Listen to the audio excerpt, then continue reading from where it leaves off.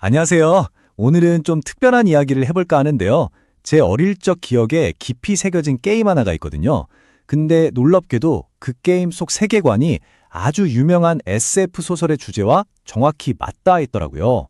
한 편의 게임과 한 권의 책이 어떻게 하나의 거대한 철학으로 이어지는지 지금부터 그 흥미로운 여정을 함께 떠나보시죠. 자, 그럼 본격적으로 시작해 볼까요? 오늘의 이야기는요, 책이 아니라 제 어린 시절의 한 기억에서부터 출발합니다. 저한테 정말 잊을 수 없는 인상을 남긴 고전 PC 게임이 하나 있었거든요. 혹시 창세기전이라는 게임 기억하시는 분 계실까요? 정말 제 어린 시절을 완전히 사로잡았던 게임인데요. 제가 이 게임을 그토록 좋아했던 건 단순히 전투가 재밌어서가 아니었어요. 뭐랄까, 이건 그냥 게임이 아니라 한 편의 대하소설 같았죠. 사랑과 배신, 신과 인간의 전쟁. 그 거대한 서사가 정말 압도적이었거든요. 그리고 이 장대한 이야기 전체를 관통하는 아주 중요한 철학적 뼈대가 있었습니다. 바로 메비우스의 우주라는 개념이었어요. 이게 뭐냐면요. 주인공들이 아무리 운명에 저항하고 발버둥 쳐도 결국 역사는 정해진 대로 무한히 반복된다는 거예요. 이 강력하고도 좀 슬픈 세계관이 어린 제 마음에 정말 깊이 각인됐었죠. 자, 이제 장면을 완전히 바꿔보겠습니다. 이 게임 이야기와는 전혀 상관없어 보이는 곳으로 한번 가볼게요. 바로 여러분도 잘 아시는 작가죠? 베르나르 베르베르의 SF 대작 파피용입니다. 이 소설의 시작은 사실 우리에게 꽤 익숙한 디스토피아입니다. 인류가 스스로 만든 문제들, 그러니까 끝없는 전쟁, 테러, 재앙으로 지구가 완전히 망가져서 더는 살 수 없는 지경에 이른 거죠. 인류는 멸종 직전에 놓여 있고 새로운 집을 찾아 떠나야만 하는 절박한 상황에 처합니다. 바로 이 절망적인 상황에서 이브 크라메르라는 한 과학자가 마지막 희망이라는 프로젝트를 내놓습니다. 그 계획의 핵심은 바로 이 거대한 우주선, 프랑스어로 나비를 뜻하는 파피용호를 타고 지구를 떠나는 거였어요. 이 거대한 방주에는요, 그냥 아무나 타는 게 아니에요. 인류의 미래를 책임질 1세대 승무원 14만 4천 명이 탑승하는데요. 인류의 모든 지식과 다양성을 보존하기 위해 정말 신중하게 선택된 사람들이었죠. 말 그대로 인류의 마지막 씨앗 같은 존재들이었습니다. 그리고 목적지까지 예상되는 항해 기간이 무려 1000년입니다. 1000년. 이게 감이 잘 안 오시죠? 쉽게 말해 지금 출발한 사람들은 절대 목적지에 도착할 수 없다는 뜻이에요. 그들의 까마득한 후손들만이 새로운 행성의 땅을 밟을 수 있는 거죠.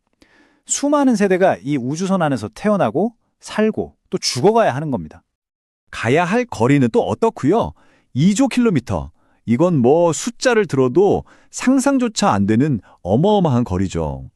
태양계를 훌쩍 넘어서 한 번도 가본 적 없는 미지의 세계를 향한 그야말로 인류 역사상 가장 위대한 여정이 시작된 겁니다. 그런데 말이죠. 이 기나긴 항해가 계속되면서 이 좁은 우주선 사회 안에서 뭔가 좀 이상하고 으스스할 정도로 익숙한 패턴이 나타나기 시작합니다. 핵심은 바로 이겁니다. 지구에서 지겹도록 반복했던 그 역사가 이 우주선 안에서 그대로 재방송되는 거예요. 평화가 찾아오면 꼭 전쟁이 터지고 민주주의가 자리 잡나 싶으면 어느새 독재자가 나타나고 안정과 질서가 무너지고 무정부 상태가 오는 그 모든 성공과 실패의 사이클이 또다시 시작된 거죠. 심지어 이게 그냥 단순 반복도 아니었어요. 소설 속 묘사를 보면 발전하고 전진하는 시간은 점점 짧아지는데 퇴보하고 망가지는 폭은 훨씬 더 커지는 거예요. 그야말로 한 걸음 나아가고 네 걸음 물러서는 최악의 상황으로 치닫게 됩니다.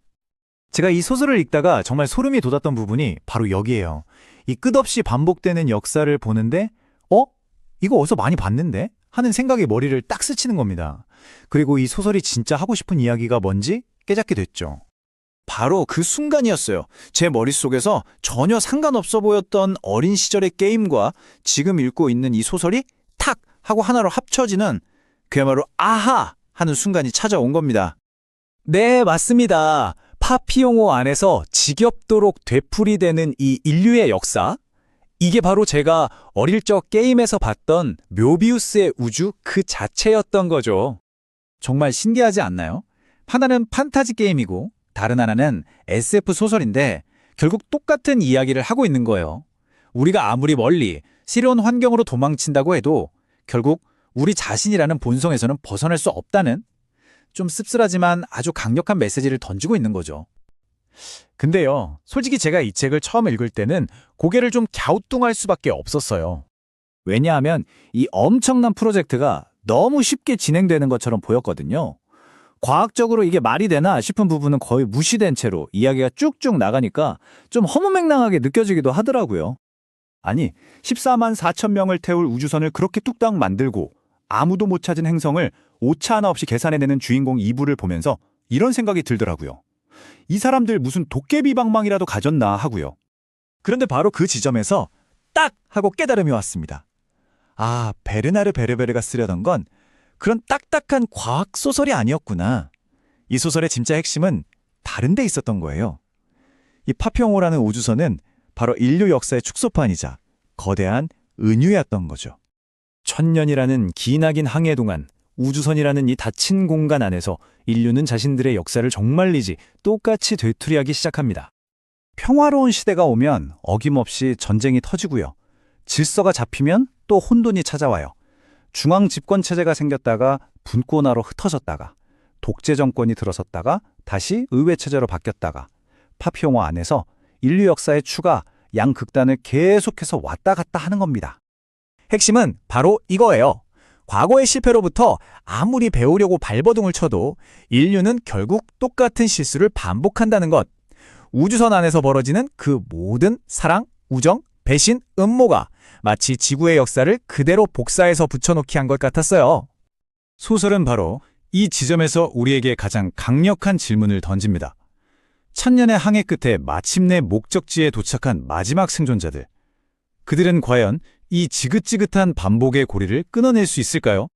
그 모든 역사를 직접 경험하고 그 참혹한 결과까지 목격한 마지막 인류는 과연 다른 선택을 할 수 있을까요?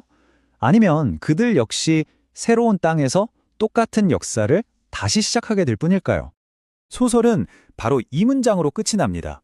영원히 탈출을 계속할 수는 없어. 여러분, 이 말이 무슨 뜻일까요? 반복되는 역사에 대한 체념일까요? 아니면 마침내 그 고리를 끊고 새로운 시작을 하겠다는 결의일까요?